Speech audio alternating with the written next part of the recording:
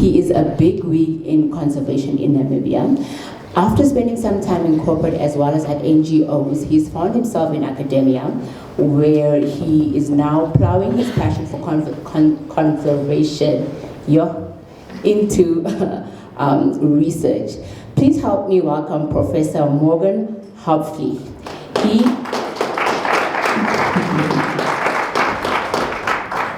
He currently serves as the director of the Biodiversity Research Center at NUST, and he believes that anybody can become a nature lover once they're given the opportunity. So let him talk to us about his game, which is wildlife and the environment.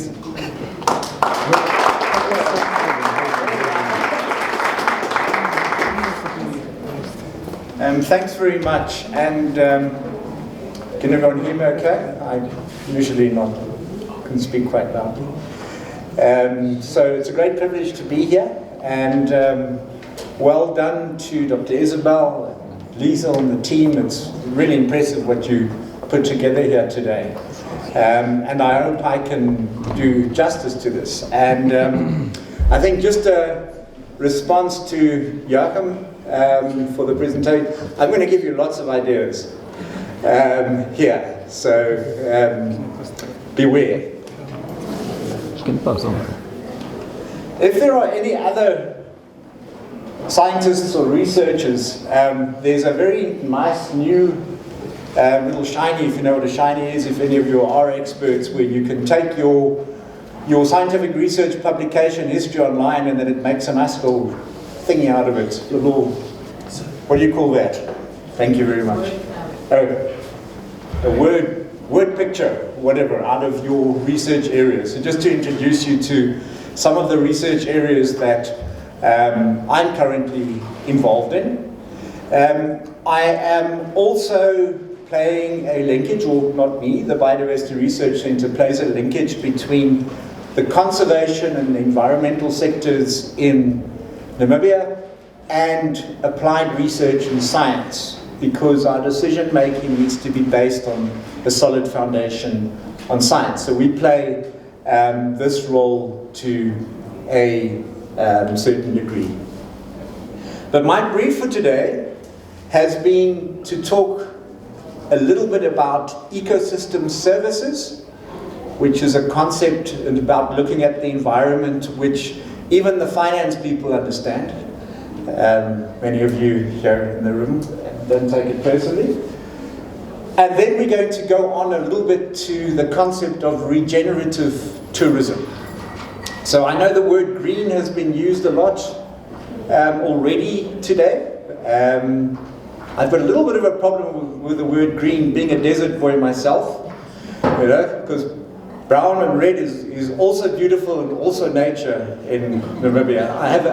I occasionally have a little bit of a shocker because I work mostly in the hyper-arid parts of the country, but then I'm also helping develop CBNRM in Ghana. So when I go to Ghana once a year for a month, that green just shocks me. To try and conserve nature there, I'm a little bit out of my depth.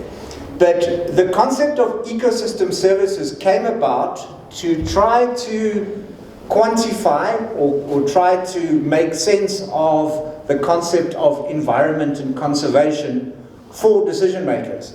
The economy runs the world.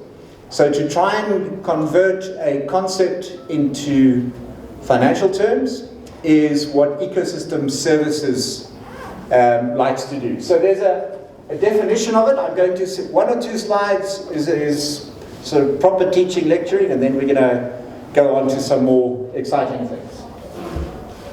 So when we look at ecosystem services, we are looking at what does the ecosystem, and the ecosystem is the environment that surrounds us. It is nature's part of it, but not only. And what service that has to us as humans. So it's a human-centric way of looking at the environment. But everything that we are doing here, all our businesses, all of them, are reliant on the services ecosystems provide to us. So the concept in theory really is in they sort of categorize ecosystem services into three parts. It's provisioning services, so that's what provides for us every day. There's some examples there: food, fresh water, wood, fuels, whatever it might be. And then there are regulating services. So it's services that the environment plays, climate regulation, flood attenuation, those sorts of things are regulating. And then cultural services. Now, tourism is placed under cultural services. It can, which is sometimes a little bit tricky to understand. But there are resources or ecosystems, the services they provide, which enhance our ability to survive and make money from tourism. And then those are all sort of underpinned by supporting services like our soils, our nutrient cycles, and bacteria, absolutely. Regulating services that we have. So a little bit of fun. Oh, before the little bit of fun, where are our investors here? So if you have a look at ecosystem services, now there was a project that was done. Now this is already 2016. So what, that's 8 years on. So in 2016, our ecosystems were worth about estimated worth of being about 13 billion Namibian dollars per year. Our investment in enhancing and protecting those ecosystem services was 1 billion. So investing in conservation, investing in restoration, investing in environmental management gives you quite a return on investment. To our banker, how's a 16 billion return on 1 billion investment? Not bad, is it? Right? I'll take that. So now, a little bit of something. There's some of my students sitting amongst here as well. I see, and we've already played this game before. So just simply looking at ecosystem services. Here's a basic provisioning service, right? Sorry, made you all hungry, but the best food in Windhoek is here. So I'm surprised the room isn't overflowing if people just know how good the food is. I hope there's a nice meat option. There will be, of course, at lunch.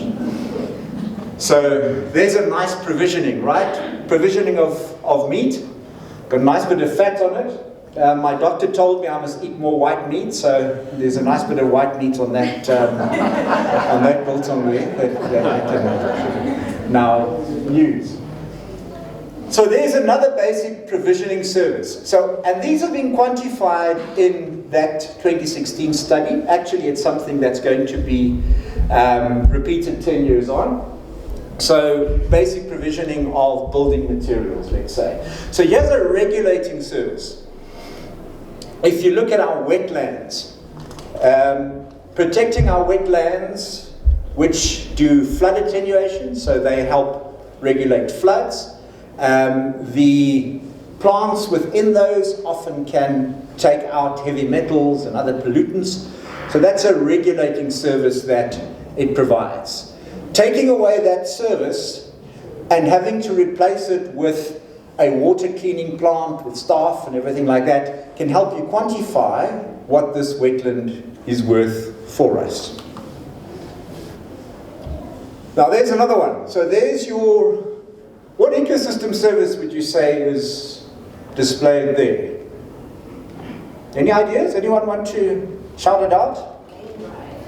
Right, so you can do game drives. So why would you do game drives in an area like that? What is the attraction there? Wildlife. It's wildlife, right? So there's an ecosystem service in terms of the tourism service that one of the big five has. But what we need to realize, and I think what I'd like to bring across in a certain way today, is that those ecosystem services that tourism, let's say, relies on, tourism can also impact on them. Wouldn't you say that beauty sense of place, aesthetics is probably the biggest service, ecosystem service there, right? The tourists can go to the Berlin Zoo and see lions. They can go to the Serengeti and see far more lions than here. But having the beauty of the African bush is what we can provide. And we can impact on that. So tourism, ecotourism does not mean green tourism or environmentally friendly tourism. We can impact on them. So what about if we do this?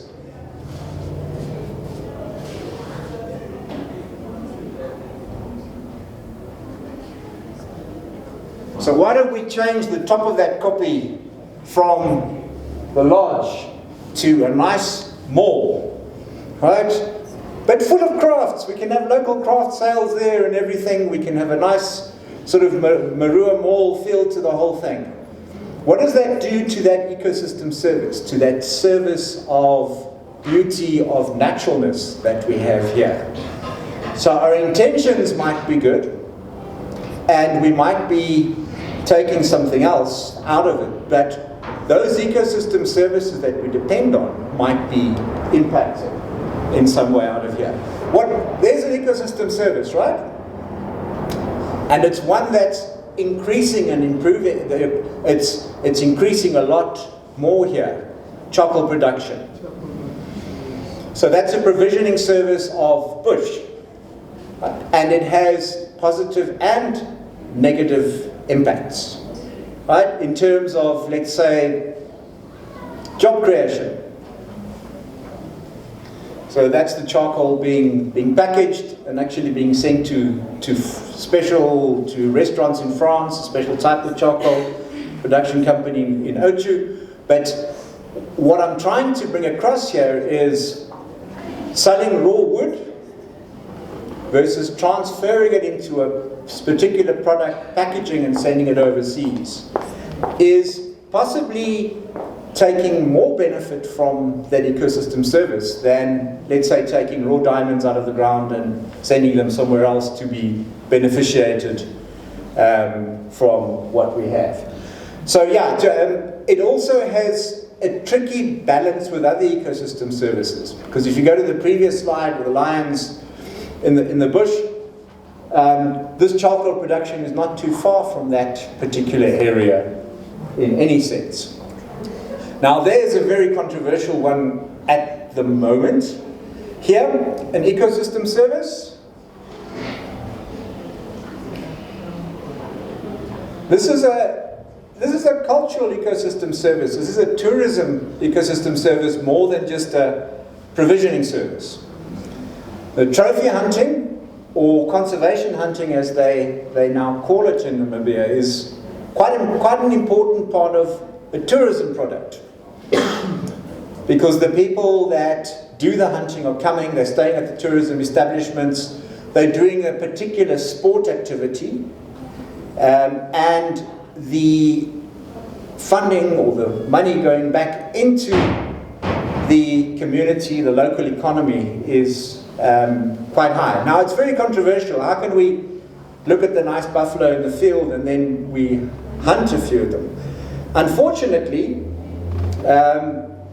normal tourists, photographic tourists, are far more stingy than what trophy hunters are. So there have been some calculations done that if we remove trophy hunting as an activity from our total ecosystem service project in Namibia, most of our communal conservancies will not even break even. So they won't make money, and we might lose conservation areas. It's a slightly tricky one, but when we look at ecosystem services, that's something to consider.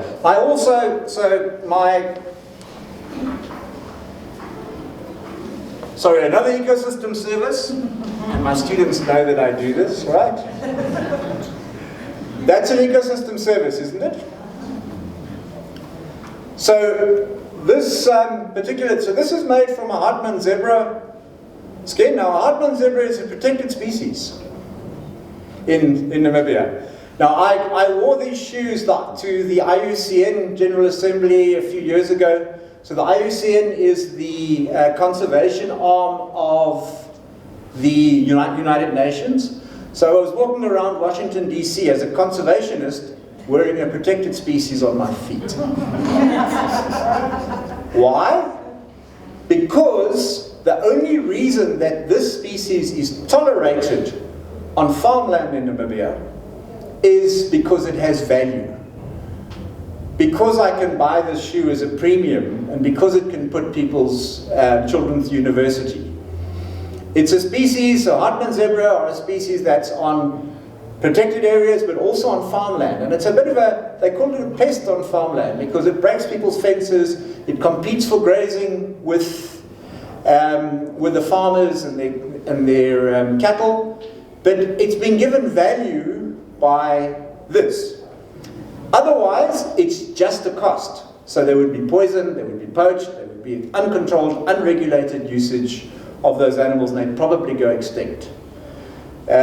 So that's a slightly different way to look at utilization of wildlife. And I am a conservationist, I promise you. Sorry, I'm going to be in one shoe. So there's another ecosystem service. And the millions of dollars that we know go into the protection of rhinos, it has more than just the value of the tourism value of that animal. We've got the largest population of southern black rhino in the world. And losing that not only loses tourism opportunities, but it has a big reputational harm to our country if we've lost that animal. I also say sometimes that this, if you look at this particular rhino, it provides another ecosystem service, a regulating service. Regulating human population, because this photographer is not going to last very long, right? That's taken this picture. But I did survive. I was under the car when I took the picture. Now we go into an interesting concept, and Liesel asked me to talk a little bit about regenerative tourism. And regenerative tourism is different than sustainable tourism. So this is a concept that I think is important to take forward. So when I read the literature around regenerative tourism, I summarized it like this. It's leaving a positive ecological footprint and social footprint as well, or supporting, enhancing, and restoring ecosystem services and function. Tourism has an opportunity and a responsibility, because remember, tourism is benefiting from these ecosystem services, to actually help regenerate those ecosystem services and not degenerate those ecosystem services. So I want you to think about this. So regenerative tourism is going beyond the dual flush system. Okay? That's all part of environmental sustainability, things that we need to do. But it takes us a little bit further. And I gave a little bit of thought to particular opportunities in the tourism sector in Namibia where regenerative tourism is easy to do for tourism operators, for the tourism sector as a whole, and for financiers supporting tourism. The first regenerative tourism opportunity that actually, and you'll see at the bottom I have the GIZ here, so we're involved in a project with that. I'll say a little bit more about that. And we've got a very interesting opportunity here. I think most of you know about human-elephant conflict being very topical in Namibia. And particularly, so there's Kamanyab, Etosha is up here, Uchu is down here, Ochikondo, and in this area, this is mostly farmland, commercial farmland, and those are 3 of our elephants that we've collared that are moving around that farmland. Do you think those farmers are happy? They're definitely not happy, because those elephants are causing destruction to fences, water installations, various things. We've seen it in the news, what these elephants are doing.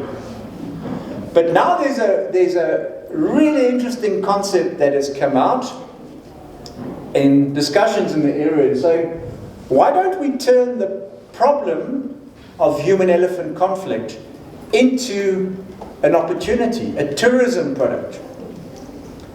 Now, it might sound a little bit strange and a little bit abstract, but there's some elephants, beautiful to see, right? Tourists see them. Tourists can go to many places around the world to see elephants. So it's fine, it's good. They're seeing these elephants, they're quite excited, part of the big five. But what is a special opportunity for us here in Namibia might be, where can you see elephants like this? And it's interesting to ask people whether tourists like to see wildlife and cattle in the same place. They say it's not natural. Well, it's been part of Africa for thousands of years. So there's an education opportunity as well. I love this picture here, because this is a tourism operation which is taking advantage of the human-elephant conflict problem. Remember, tourists go around, see elephants. Okay, great, we've seen elephants. But this is a deep opportunity. And remember, our clients are becoming far more discerning. They've seen everything. They want a deeper experience. They want a more meaningful experience. So here you can see elephants that have basically destroyed that reservoir. They've tried to pack some rocks around that. Elephants don't like to walk on sharp rocks. They didn't succeed, so they've kind of given up. But now they've created a waterhole further away. One of the elephants, there's an elephant there that's using that. These elephants are still checking out if there's water here. So telling tourists about the gestation period of an elephant is blah, blah, blah, blah. You can say, this is a problem. This is how they're trying to solve that. Look how these elephants are used to having the water here. Now we're drawing them away to a different place. And because we're doing that, and because the tourists are here, the people, the owners of this area or this village is more tolerant of the elephants. That's a much deeper experience for a tourist than just, I've seen an elephant in the bush, right? It eats this, it's gestation. Why are the tour guides all about gestation periods of animals? I don't know. You go on any tour, you see that. That just brings me back to a poor tour guide that we had in Arusha, in Tanzania. Again, IUCN meeting, so the IUCN specialist groups. I'm on two of those specialist groups. There was the chairperson of the IUCN primate specialist group was also on the vehicle with us. The Africa Rhino Owners Management Association chairperson was on that vehicle, and this game drive jockey said, "Welcome to the welcome here. This is what our park is," and we started on a game drive, and he was telling us the gestation period of this and that, and one of the yet he had he had this vehicle full of mammal experts. So the Aussie amongst us said, "Listen, mate, just drive. I think we know what's going on." So there's part of the problem, and part of the problem that you can sell, because you can go and say, this is the damage being caused by elephants, and you can also help fix the problem. Now, volunteerism is another topic that we could dedicate a whole symposium to, I think, in terms of positives and negatives. But yeah, turning the problem into a solution. Tourists coming out, seeing the problem, paying a premium actually, and in this certain case, it was creating a water point for the elephants, which was away from where the village was, where the elephants were living at the time. So they're actually contributing. They're helping with regenerative tourism. Their campfire story back home, well, they don't have campfires back in Europe, I don't know where they talk, I don't know, around a beer, would not just be I saw an elephant in the bush, is I saw this elephant problem and I helped solve it. That's regenerative tourism. Now here's an unusual ecosystem service of elephants that I'm actually just writing up at the moment. It hasn't been written up anywhere or seen. We're following, so I've collared and following around 30 elephants, different elephant herds in the country. And this was a herd of elephants, so all these little dots here are the collar locations of two herds of elephants walking back and forth. And the red blotches are fires. So a big veld fire came in from the east, dominant wind direction in that area is from the northeast. Big fire came in from the east, and the elephant pathway seemed to act as a fire break for that. Now that's quite interesting. It's just an observation that I made. Again, if you look at ecosystem services. So the farmers have a problem with the elephants, but in this case the elephants actually helped stop the fire through their pathway. I just found that quite interesting. The other big opportunity for regenerative tourism is reversing what we call fragmentation of land. With fencing, with different land uses, we have fragmented land, and there's a particular project through the Ministry of Environment, Forestry and Tourism called the Biodiversity Economy in Landscapes Project.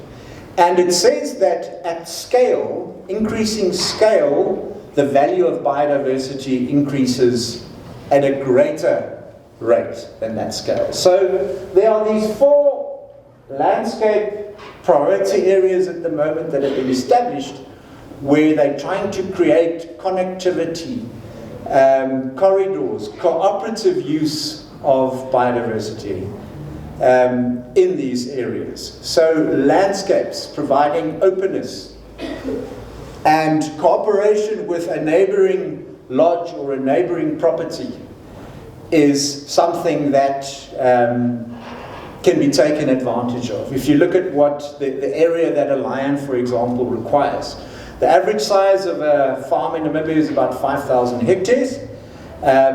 Many of them have switched from normal farming to tourism. They'd love to have lions, but it's not sustainable.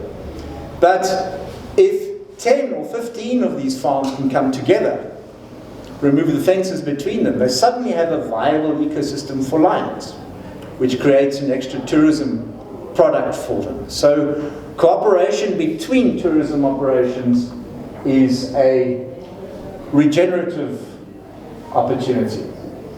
So just looking a little bit about what I've been talking now, this Biodiversity Economy in Landscapes project.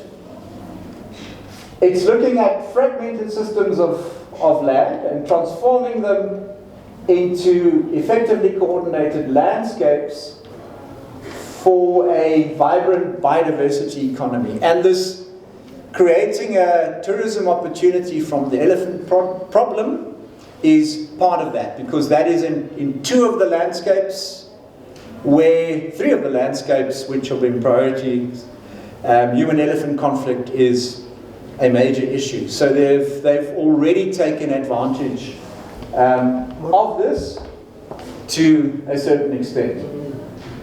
Now here's also part of the landscapes approach. How many, there are a couple of tourism landowners or operators in the room here, and a number of you actually have lodges in this particular area. So there's Etosha, there's some of the communal conservancies to the west, the Brandberg is just down here, and all these are some of the elephants that we're following with radio collars. So all these dots here are different herds of elephants. Your special desert elephants down here is actually connectivity. That's 300 kilometers up there. That's Etosha. There's so much connectivity between these elephants that we're finding, and that's an interesting one. But if we look at another approach, another regenerative tourism is looking at wildlife corridors. Why do we have large wildlife in arid areas? Well, the only